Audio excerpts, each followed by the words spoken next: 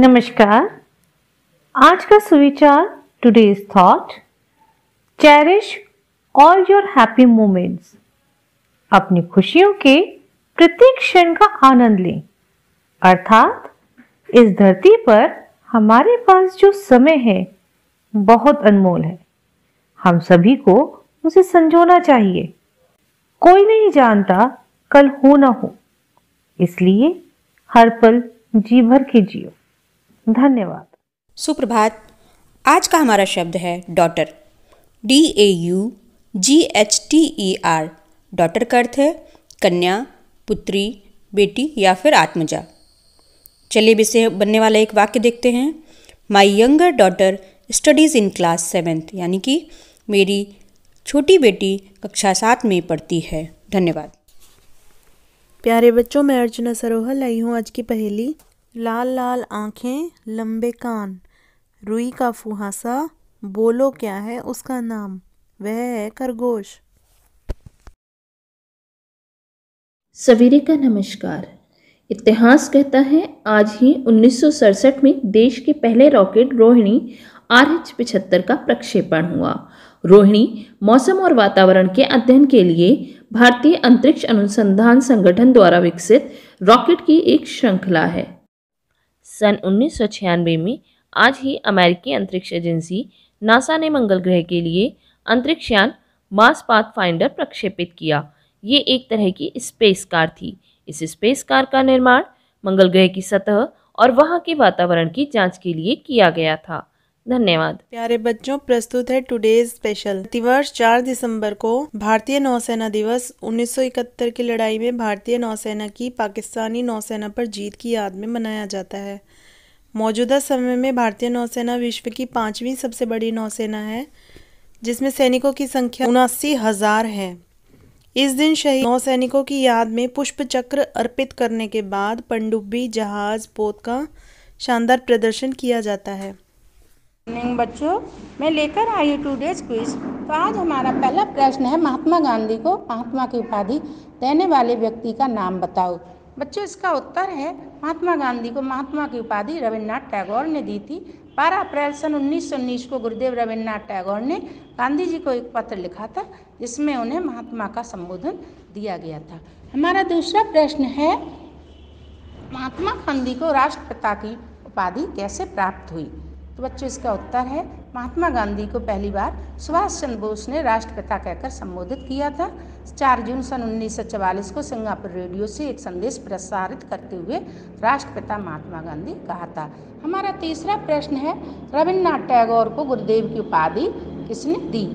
बच्चों, इसका उत्तर है जिस प्रकार से गांधी जी को महात्मा की उपाधि रविन्द्रनाथ टैगोर ने दी थी, उसी प्रकार रविन्द्रनाथ टैगोर को गुरुदेव की उपाधि गांधी जी ने दी थी।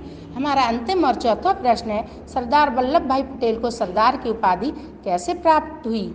तो बच्चों, इसके उत्तर में मैं कहना चाहूँगी, वर्ष 1928 में गुजरात में बारडोली सत्याग्रह एक प्रमुख आंदोलन था, जिसका नेतृत्व वल्लभ भाई पटेल ने किया था। इसकी सफलता के बाद ही वल्लभ भाई पटेल को बारडोली की महिलाओं ने सरदार की उपाधि दी थी। धन्यवाद। सुप्रभात प्यारे बच्चों, मैं हाजिर हूँ आज की कविता लेकर, और आज की कविता है सुबह सवेरे आती तितली। तो चलिए शुरू करें। सुबह सवेरे आती तितली, फूल फूल पर जाती तितली। सुबह सवेरे आती तितली, फूल फूल पर जाती तितली। हर दम है मुस्काती तितली, सबके मन को भाती तितली। हाँ, सुबह सवेरे आती तितली, फूल फूल पर जाती तितली। हर दम है मुस्काती तितली, सबके मन को भाती तितली। सुबह सवेरे आती तितली। Thank you. आओ बच्चों, आज की कहानी सुने। आज की कहानी का शीर्षक है बोलने वाली मांद। किसी जंगल में एक शेर रहता था। एक दिन में दिन भर इधर से उधर भटकता रहा, परंतु उसे कोई भी जानवर नहीं मिला। वह थककर एक गुफा में जाकर छुपकर बैठ गया। उसने सोचा कि रात को कोई ना कोई जानवर तो इसमें अवश्य ही आएगा, जिसे मैं खाकर अपनी भूख शांत कर लूंगा। वह गुफा एक सियार की थी। रात हुई तो सियार वापस अपनी गुफा पर आया। उसने देखा कि गुफा के अंदर जाते हुए शेर के पैरों के निशान थे। उसने ध्यान से देखा तो अनुमान लगाया कि पैरों के निशान अंदर जाते हुए तो थे, परंतु बाहर की तरफ आते हुए नहीं थे। वह समझ गया कि आज उसकी गुफा में कोई शेर छिपकर बैठा है। चतुर सियार ने एक उपाय सोचा।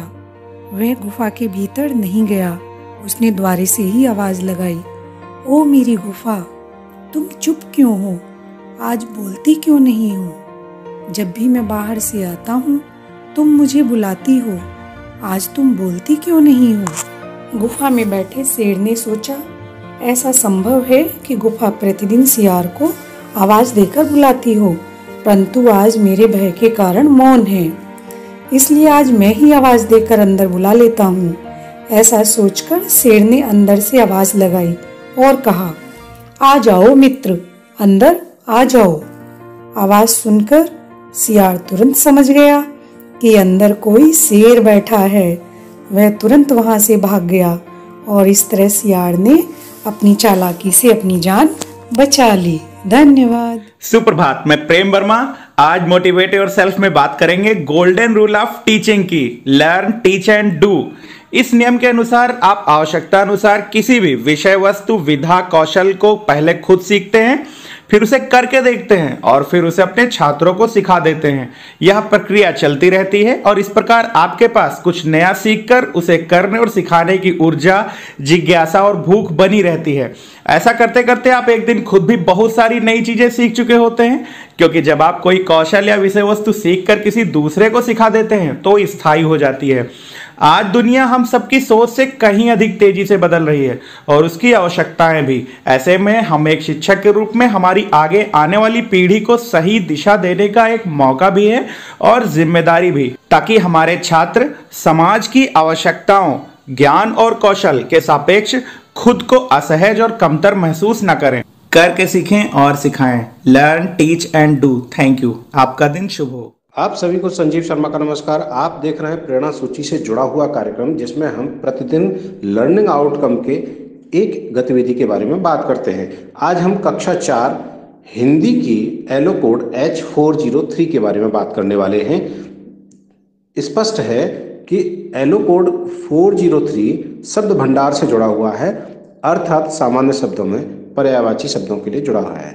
तो आइए देखते हैं किस प्रकार की गतिविधि इस एलो कोड के लिए हम करा सकते हैं। यहाँ दी गई गतिविधि एक उदाहरण मात्र है। शिक्षक इसी प्रकार की अन्य गतिविधियां अपने कक्षा शिक्षण में शामिल कर सकते हैं। साथियों, चूंकि आज की गतिविधि शब्द भंडार से जुड़ी हुई है, तो इस पर चर्चा आरंभ करने से पहले, किसी भी पाठ को पढ़ाने से पहले आप छात्रों के साथ किसी भी घटना, भाषण अथवा कहानी को लेकर चर्चा करें और चर्चा के दौरान स्पष्ट रूप से अप्रचलित शब्दों का प्रयोग करें, अर्थात किसी भी शब्द के लिए उसके पर्यायवाची का प्रयोग करें और उन शब्दों को विशेष रूप से बोर्ड पर अवश्य लिखते चलें और छात्रों को निर्देश दें कि वे इन शब्दों को नोट करें, या तो वे उनका अर्थ बताएं, उन शब्दों का अर्थ अपनी कॉपी पर लिखें, अथवा वो इन शब्दों को क्या समझ पा रहे हैं, उनकी समझ के अनुसार क्या है, छात्र सभी अपनी कॉपी पर लिखें। यदि पाठ पढ़ा रहे हैं तो पाठ के दौरान भी आए हुए ऐसे सभी शब्दों को छात्रों को नोट करने को कहें। जब छात्र अपनी कॉपी पर लिखकर आपको दिखाएंगे तो आप देखेंगे कि कुछ छात्र अच्छी समझ बना पा रहे हैं, लेकिन कुछ छात्र स्पष्ट समझ नहीं बना पा रहे हैं। वे नहीं समझ पा रहे हैं कि इस शब्द का अर्थ है क्या। ऐसे शब्दों को लेकर फिर सभी छात्रों के साथ चर्चा करें, उनका मंतव्य स्पष्ट करें और उसके अन्य पर्यायवाची शब्दों को भी उनके साथ साझा करें। इस तरह से प्रत्येक पाठ में करें। आप देखेंगे कि धीरे धीरे छात्रों के पास एक शब्दों का भंडार इकट्ठा हो जाएगा। इस शब्द भंडार के साथ आप आगे की गतिविधियां कराते रहें। इन शब्दों के साथ आप अन्य कहानियां भी बनाने के लिए छात्रों को प्रेरित कर सकते हैं। ध्यान रहे, आपकी गतिविधि रोचकतापूर्ण होनी चाहिए और आपकी सक्रिय भागीदारी की बहुत अधिक आवश्यकता है।